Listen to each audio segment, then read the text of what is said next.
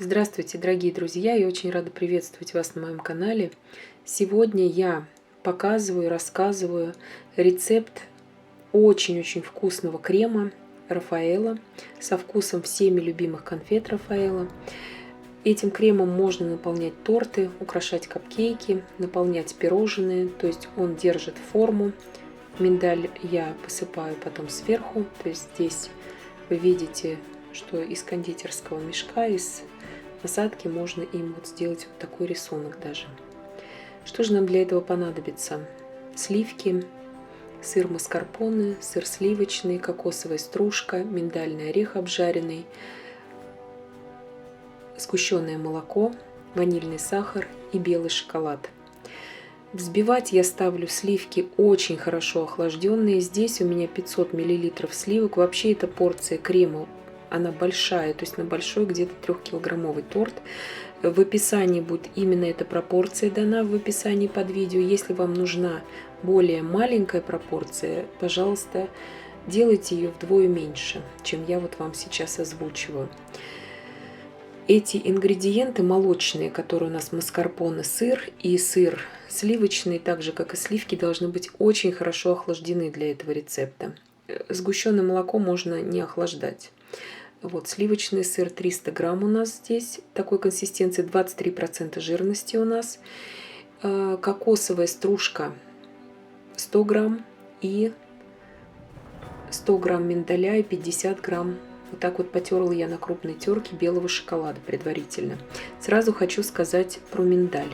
Прежде чем начинать взбивать крем, нужно обязательно подготовить миндаль. То есть мы его обжариваем в духовке. Обязательно это нужно сделать, если у вас сырой миндаль. При температуре 150 градусов, где-то минут 10, пока пойдет вот такой аромат ореховый. Не жженого ореха, а именно аромат. И слегка он подрумянится, и тогда можно доставать, и когда он полностью остынет, у вас миндаль, он будет иметь такую очень хрустящую структуру. Лучшая, самая лучшая, оптимальная для раскусывания форма миндаля для данного крема, это именно вот такой соломкой он должен быть порублен.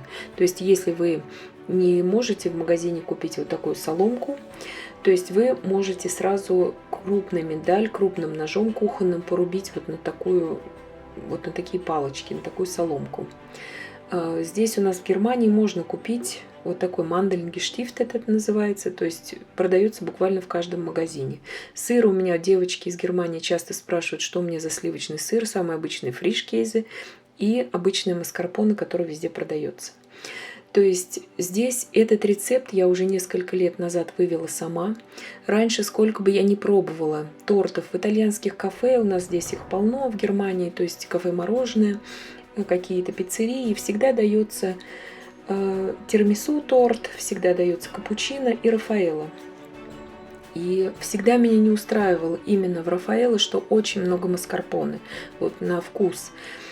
И я решила, что я буду пробовать делать сама и буду, конечно же, уменьшать и очень сильно уменьшать порцию маскарпоне в этом рецепте. И, конечно же, я еще добавила туда нашу любимую сгущенку.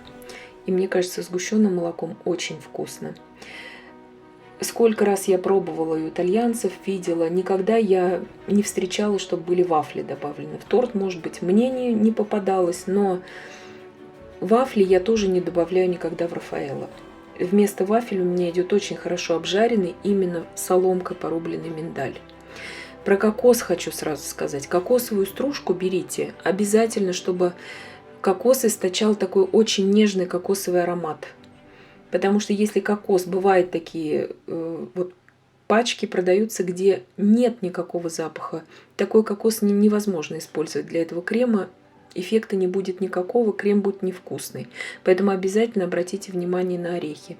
И потрите 50 грамм белого шоколада уже предварительно на крупной терке, как я это и сделала. То есть сливки у нас уже почти взбились. Когда они уже почти взбиты, можно вводить туда сливочный сыр. Буквально вот когда уже минутка остается до того, как они уже пики будут иметь, очень такие устойчивые, я ввожу вот так вот по столовой ложке 300 грамм сливочного сыра.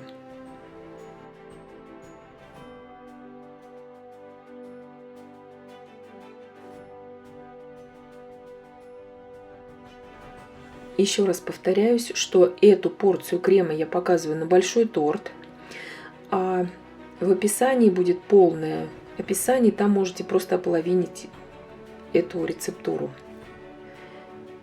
Сыр маскарпоне под конец вводим. Маскарпоне не любит долго взбиваться, маскарпоне может расслоиться, поэтому под самый конец вводим, когда уже взбили мы сливки со сливочным сыром.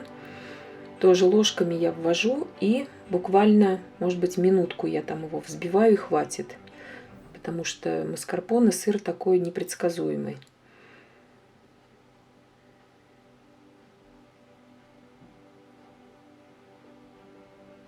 То есть вводим все маскарпоне. Вот такая консистенция получается у нас на данный момент у крема, когда мы взбили все молочные ингредиенты, охлажденные именно. То есть плотная такая структура. Сейчас мы добавим туда наше сгущенное молоко, и крем как бы разжижится. То есть многим кажется, что все катастрофа, крем весь жидкий. Ничего подобного. Потом будет добавляться туда кокосовая стружка, и кокос будет где-то полчаса он постоит, он у вас разбухнет. И он будет впитывать в себя влагу от торта. То есть бояться этого не нужно, что все это разжижится. Потом кокосовая стружка сделает как бы свое дело, и крем стабилизируется благодаря кокосу. Перемешиваем еще все это до однородности со сгущенным молоком. И затем убавляем уже на низкие обороты наш миксер и вводим туда сначала белый шоколад, и под самый конец, вот на таких маленьких оборотах миксера, вводим туда всю нашу кокосовую стружку 100 грамм. В описании под видео будет точная рецептура. Делайте скриншот и, пожалуйста, пользуйтесь. Я надеюсь, что очень понравится вам вкус именно вот этого крема. Потому что долго я над ним работала, и все-таки я вывела то, что вот идеально. Даже один раз я делала крем, вот этот крем с тортом «Молочная девочка». Тоже очень вкусно. То есть вот такая консистенция у нас получается у крема. То есть он такой тяжеленький достаточно крем, но он держит форму, несмотря на это. Он не течет.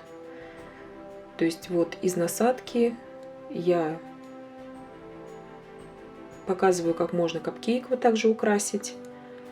И, как я уже сказала, что миндаль я всегда посыпаю потом. И в торте я также буду делать. Я уже буквально на днях выставлю видео со сборкой торта Рафаэлло, и все посмотрите. Надеюсь, данное видео было вам полезным, познавательным.